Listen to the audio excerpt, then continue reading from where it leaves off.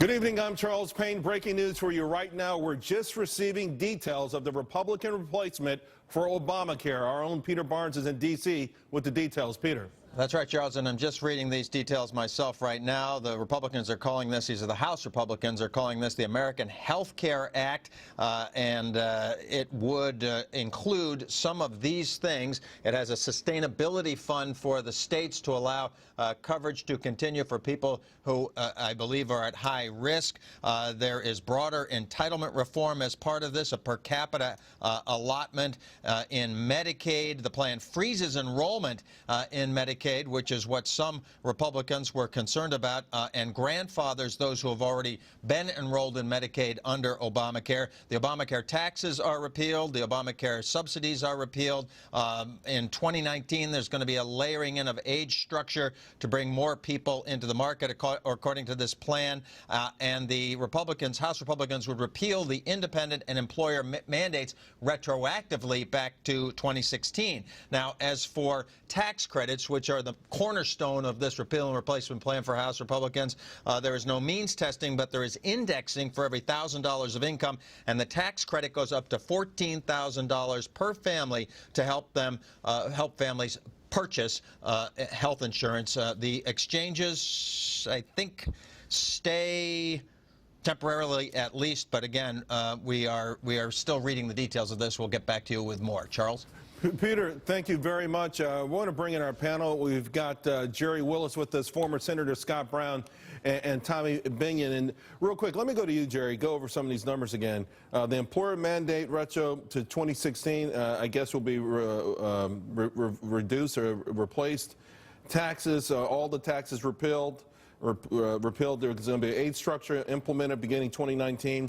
The more important thing, though, the suitability fund for high-risk folks, and Medicaid freeze, grandfathering in those existing folks who are in there. A lot of Republican governors rather, were concerned about that. But you still think, or you have some news that this may not be enough for all the Republicans out there.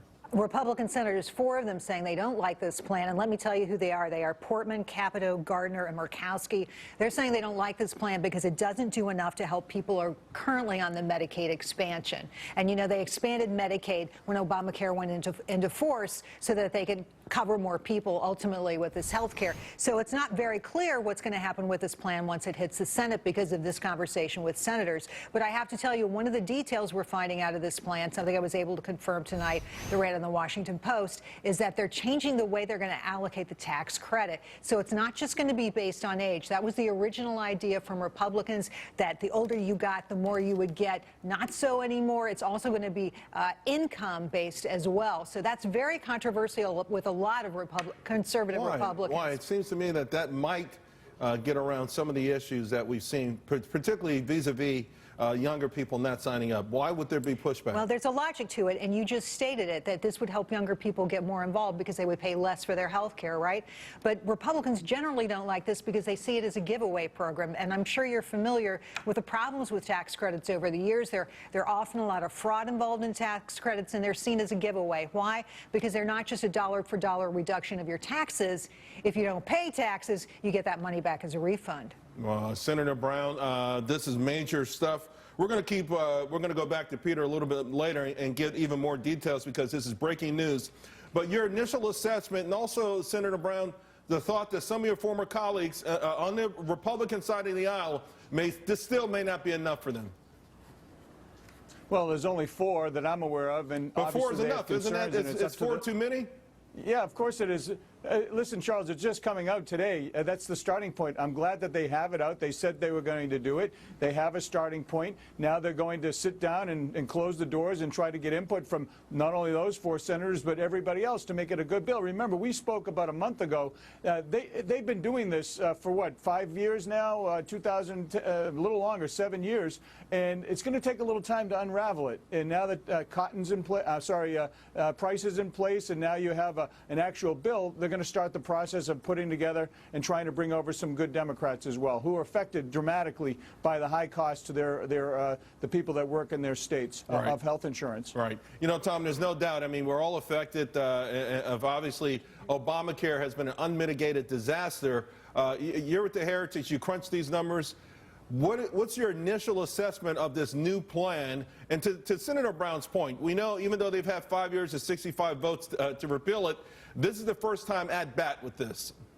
Well, this bill is slightly better than the leaked version we saw earlier in February. The tax treatment of individual plans has become slightly less expensive in this new version.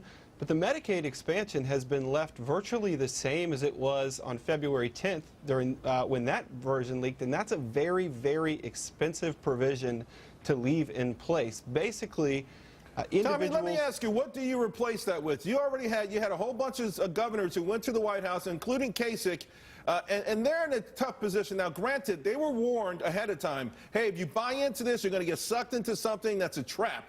They're in this trap now, but what do they do because their constituents are saying we don't want to lose this care? Well, we're talking about people who can purchase health insurance on their own. The expanded population is able-bodied adults. What do you replace it with? You replace it with the law as it was before Obamacare, a limited Medicaid with a limited federal expense involved in that, a cost sharing between states and the federal government. That's not what we have in Obamacare, and that's not what we have in the Republican Replace plan. Well, I got to tell you, we've got a long way to go on this one because there are so many points at which